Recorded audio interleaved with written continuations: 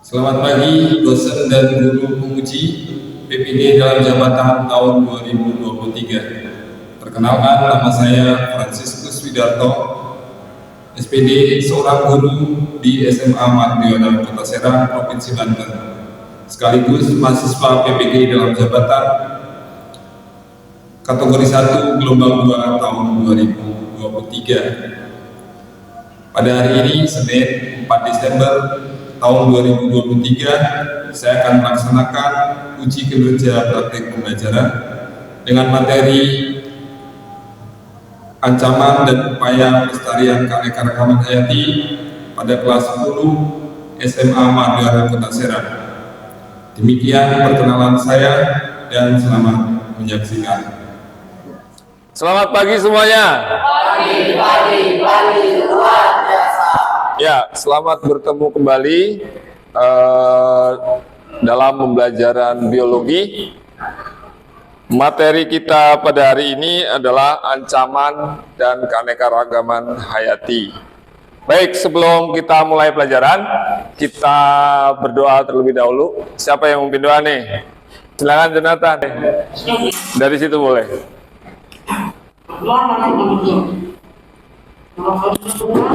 Menyambut ini kami telah berkumpul di sekolah ini karena memulai pembelajaran pada pagi hari ini. Semoga pembelajaran pagi hari ini dapat membuka masa depan kami dan dapat berjalan dengan lancar. Terima kasih Tuhan, amin. Amin. Gimana kabarnya? Sehat semua?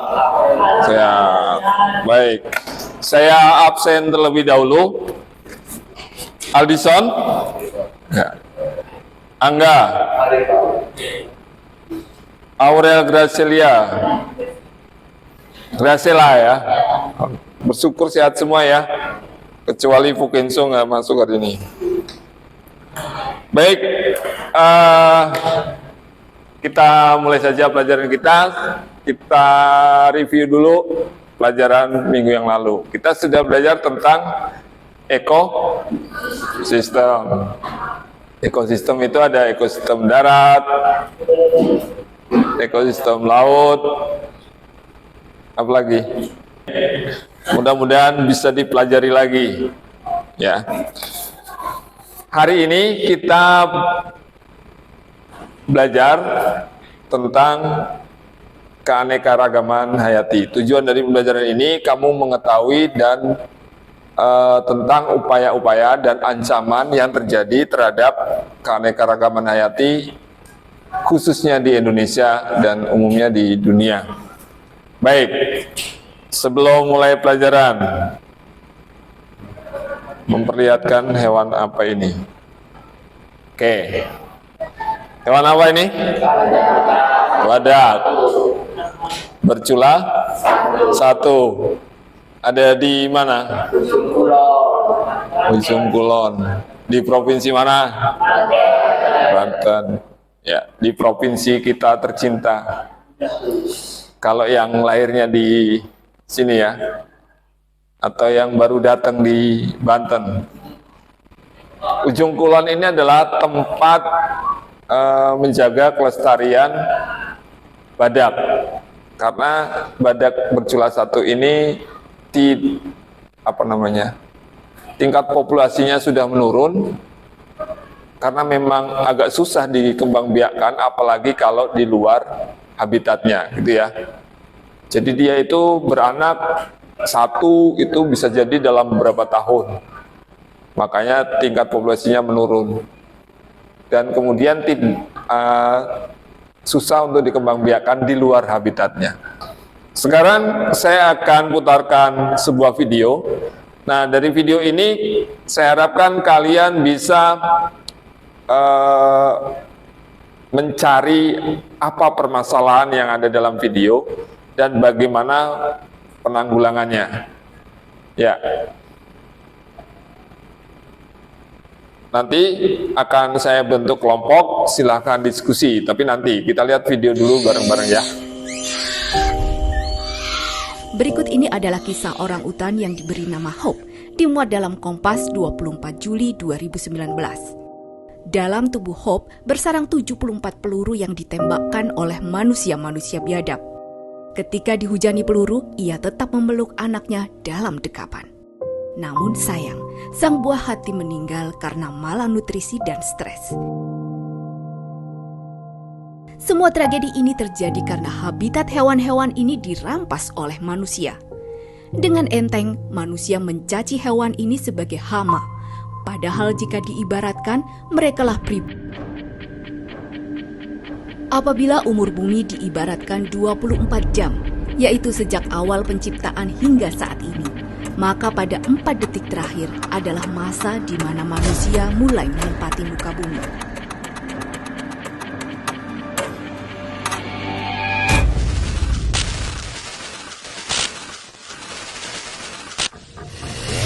Begitu singkat, tetapi kerusakan lingkungan yang telah dibuat begitu masif. Pada tahun 2014, World Wildlife Fund atau WWF memperkirakan 100.000 jenis satwa punah setiap tahunnya dari muka bumi. Angka ini 10.000 kali lebih tinggi dibandingkan dengan kepunahan secara alami. Sebagai negara yang memiliki keanekaragaman fauna ketiga tertinggi di dunia, yaitu memiliki sekitar 17% dari seluruh jenis satwa di dunia, Indonesia sudah sewajibnya menjaga semua penghuninya dari kepunahan. Namun sayang, jika menilik arsip Kompas, berita ancaman kepunahan sudah menghantui sejak puluhan tahun lalu dan selalu ada setiap tahunnya. Kepunahan tak terelakkan. Beberapa jenis satwa Indonesia telah menghilang untuk selamanya.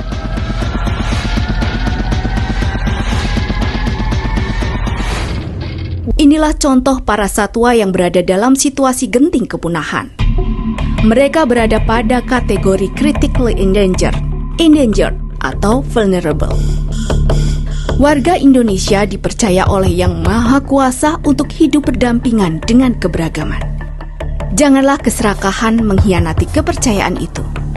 Mari kita ubah perilaku kita agar kita pantas dan layak disebut sebagai khalifah di muka bumi.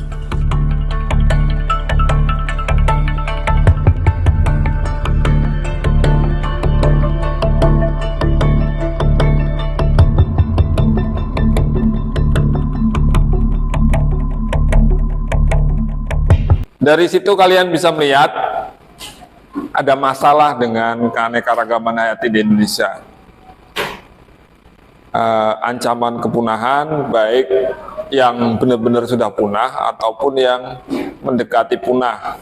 Ya, salah satu contohnya itu badak berjula 1. Atau ada hewan-hewan yang lain yang tidak pernah diperhatikan tetapi memang kondisinya sudah kritis. Karena yaitu tadi tidak eksotis, tidak karismatik. Eksotis itu biasanya hewan-hewan yang diburu karena ingin dipelihara secara pribadi. Kan itu nggak boleh ya. Misalkan kayak burung, misalkan seperti itu. Burung-burung liar itu yang sudah hampir punah itu tidak boleh ditangkap sembarangan. Baik, kita akan bagi kelompok. Kelompoknya seperti yang sudah dibagikan kemarin. Semakin cepat Anda bergerak untuk berkelompok, semakin cepat juga pelajaran kita selesai. Oke, nanti saya kasih waktu diskusi 15 menit. Nanti silakan berdiskusi tentang ini. Buat dipresentasikan ke depan dalam bentuk medianya Canva ya. Baik, nanti kita undi kelompok mana yang akan maju terlebih dahulu. Disilakan sekarang membentuk kelompok. Ada berapa kelompok? 5. Baik, kelompok 1 di sini. 2, 3 tengah, 4 di ujung, 5 di depan. Disilakan berpindah tempat mulai dari sekarang. Di bawah bukunya dan alat tulisnya, handphonenya dibawa kan? Baik, silakan. Jadi mejanya 4 meja jadikan 1, 4 meja jadikan 1, tinggal diputar. Ayo enggak, cepetan. Biar cepat selesai.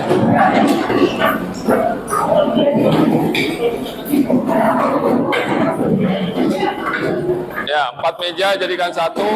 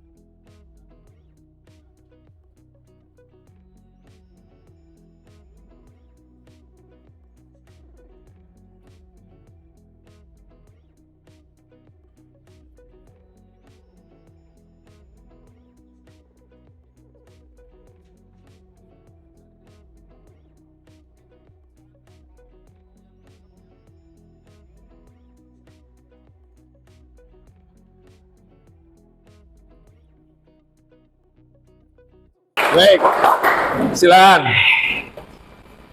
Baik, yang pertama-tama selamat pagi kepada Pak Frans yang terhormat dan selamat pagi juga kepada teman-teman semuanya. Selamat Berdirinya pagi. kelompok kami di sini yaitu kelompok 1 ingin mempresentasikan mengenai materi ancaman dan upaya kelestarian keanekaragaman. Penjelasan berikutnya akan dijelaskan kepada Felisa.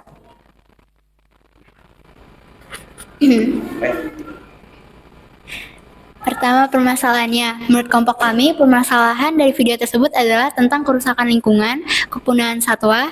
Dunia sering melihat kepunahan itu hanya karena dilihat jenis-jenis satwa karismatik.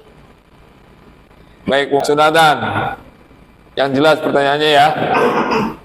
Kepunahan hewan-hewan di Indonesia diizinkan menurut karismana. Contohnya kambing hutan di Sumatera dan punah karena dianggap tidak memiliki karismatik. Maka dari itu, apa dampak pada ekosistem jika hewan-hewan tersebut dianggap tidak karismatik dan menjadi punah? Baik, silakan kelompok 1. Langsung dijawab atau diskusi dulu? Baik, beri kami waktu untuk mendiskusikan jawabannya terlebih dahulu. Oke. Oh ya, Angga langsung mau jawab katanya. Silakan Angga, maju ke depan. Untuk jawaban Jonathan, saya akan jawab. Jika kambing hutan di Sumatera mengalami kepunahan, itu tidak akan terlalu mengganggu keanekaragaman hayati di Sumatera. Karena dengan kepunahan kambing hutan di Sumatera, para predator mungkin kehilangan salah satu sumber makanan. Tetapi para predator masih bisa mendapatkan sumber makanan yang lainnya, jadi tidak akan terlalu mengganggu keanekaragaman hayati di sana. Oke. Cukup, Jonathan? Oke, baik. Terima kasih. Ada pertanyaan lain? Baik, tepuk tangan untuk kelompok 1. Terima kasih. Silakan duduk kembali. Sekian presentasi dari kelompok kami. Terima kasih. Oke, silakan duduk. Kelompok 2 berikutnya sudah oke? Ya, sudah siap? Baik, kalau sudah siap, beri tepuk tangan untuk kelompok 2.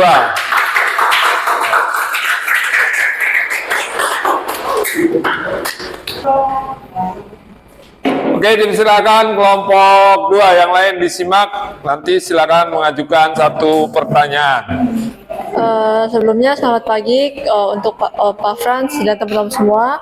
Izinkan kami untuk mempresentasikan materi kepunahan menghantui satwa Indonesia. 1. Masalah kepunahan. Masalah kepunahan satwa sudah menghantui Indonesia sejak lama. Beberapa penyebabnya adalah interaksi antara spesies, aktivitas manusia, bencana alam, adanya penebangan liar, dan juga meningkatnya predator. Selanjutnya. 2. Identifikasi masalah. 1. Apa yang dimaksud interaksi sosial? 2. Apa saja aktivitas manusia yang dapat menyebabkan kepunahan bagi manusia? 3. Apa penyebab pemburuan liar terjadi? 4. Apa yang harus dilakukan untuk mencegah pemburuan liar? 5. Dampak yang terjadi dengan adanya pemburuan liar.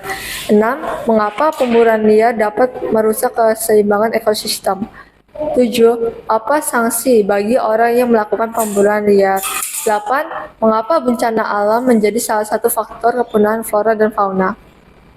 Nomor 3 akan dijelaskan oleh Davina. Sekian presentasi dari kami. Jika ada yang bertanya, silakan. Baik, terima kasih kelompok 2. Ya, sayang dia bentuknya PDF ya, jadi nggak bisa maksimal ditampilkan di layar. Tapi nggak apa-apa. Sekarang pertanyaannya, siapa yang ingin bertanya? Aduh.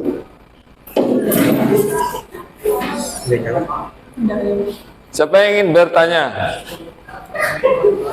Kelompoknya Rahel ada? Enggak. Kelompoknya Jessica ada? Ada. Siapa yang mau nanya? Baik, silakan Jeremy. Saya ingin bertanya, apa yang menyebabkan menurunnya tingkat keanekaragaman hayati? Ya, apa yang menyebabkan menurunnya tingkat keanekaragaman hayati? Mungkin di situ sudah ada jawabannya. Silakan di Zoom tuh yang terakhir tuh, pasti ada jawabannya. Iya, di dalam situ. Silakan kelompok 2 dijawab apa yang menyebabkan menurunnya tingkat keanekaragaman. Silakan, mau diskusi dulu atau langsung jawab? Langsung jawab. Revan Hardianto, silakan. Izinkan saya menjawab pertanyaan dari Jeremy. Iya, diizinkan. Karena adanya perubahan iklim, spesies invasif, eksploitasi berlebihan sumber daya alam, polusi, dan urbanisasi. Ya, terima kasih. Ya, eksploitasi sumber daya alam. Baik, terima kasih. Untuk kelompok 2, silakan ditutup dulu. Ya, silakan ditutup dulu. Jangan tepuk tangan dulu. Sekian presentasi dari kelompok kami, terima kasih. Baik, terima kasih. Ya. Baik.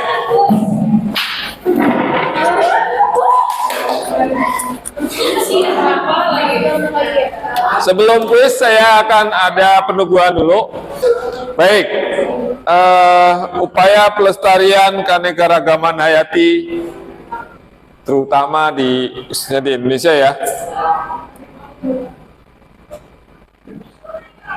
Upaya menjaga keanekaragaman hayati. Upaya itu adalah usaha ya, usaha yang dilakukan. Upaya untuk menjaga kelestarian dan keseimbangan flora dan fauna dari kepunahan. Itu disebutnya upaya menjaga keanekaragaman hayati. Baik flora, fauna, tanah, air, dan ekosistem lainnya. Karena memang ada beberapa binatang atau beberapa flora yang tidak bisa hidup di luar habitatnya. Contoh, bunga bangkai, bunga Rafflesia arnoldi, itu hanya ada di Sumatera dan di daerah Jambi ya. Pak, itu ada bunga bangkai yang tumbuh di Bogor, itu beda, bukan Rafflesia arnoldi tapi bunga bangkai biasa ya.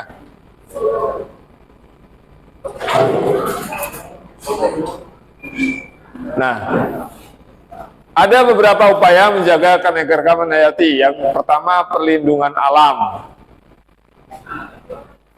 Kemudian yang kedua, pengawetan hutan. Yang ketiga, perlindungan marga satwa. Perlindungan alam itu apa saja? Perlindungan alam ketat, yaitu alam dibiarkan tanpa campur tangan manusia kecuali jika diperlukan. Biasanya untuk penelitian, contohnya Ujung Kulon dan Pulau Panaitan. Ujung Kulon seperti tadi, yaitu untuk habitat badak bercula satu. Kemudian yang kedua, perlindungan alam terbimbing. Alam di suatu daerah tidak dilepaskan begitu saja, tetapi dibina oleh para ahli. Contoh Kebun Raya Bogor. Kebun Raya Bogor itu tahu nggak untuk habitat apa? Flora ya. Tumbuhan-tumbuhan besar di sana dijaga, diberi nama, kemudian dilestarikan supaya tidak punah. Pengawetan hutan. Yang pertama yang dilakukan dalam hal pengawetan hutan ini adalah menjaga keanekaragaman hayati. Yang kedua, menjaga keseimbangan air di musim penghujan dan musim kemarau. Mencegah erosi, mencegah banjir, dan sebagai sumber perekonomian. Tindakan yang dapat dilakukan untuk pengawetan hutan. Yang pertama, tidak melakukan penebangan pohon di hutan secara semena-mena. Semena-mena itu dihancurkan semua. Tetapi dilakukan dengan sistem tebang pilih, yang besar dahulu, yang masih muda, yang masih kecil dibiarkan tetap tumbuh. Kemudian mengusahakan agar penebangan pohon diimbangi dengan penanaman kembali. Ya, yang botak-botak ditungguin lagi.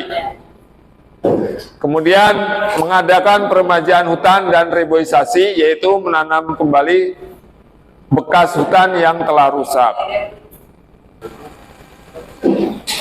Yang lain mana? Langsung masuk. 017766 TW.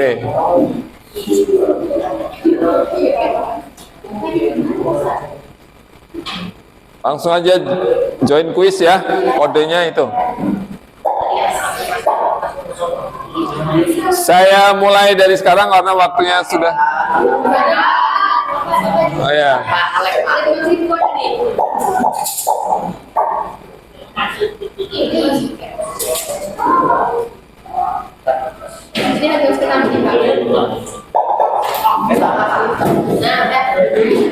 Sudah berapa orang? Nggak kelihatan. Oke, mulai dari sekarang.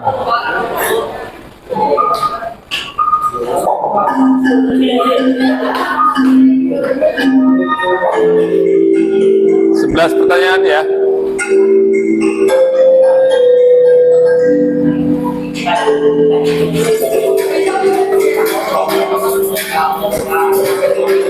Enzo. Bentar.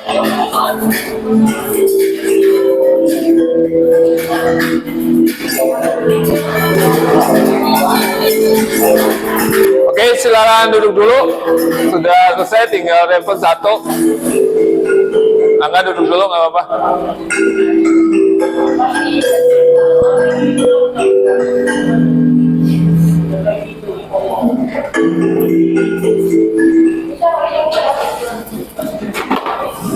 Baik, untuk pelajaran kita hari ini cukup sekian tentang ancaman dan upaya pelestarian keanekaragaman hayati. Minggu depan kita lanjutkan dengan klasifikasi makhluk hidup. Cukup sekian untuk hari ini. Mudah-mudahan kita sehat selalu sehingga minggu depan kita bisa bertemu kembali. Untuk penutup doanya siapa gantian? Romario. Baik, terima kasih untuk hari ini. Silakan Romario. Di situ aja nggak apa-apa. Teman-teman, mari kita berdoa menurut agama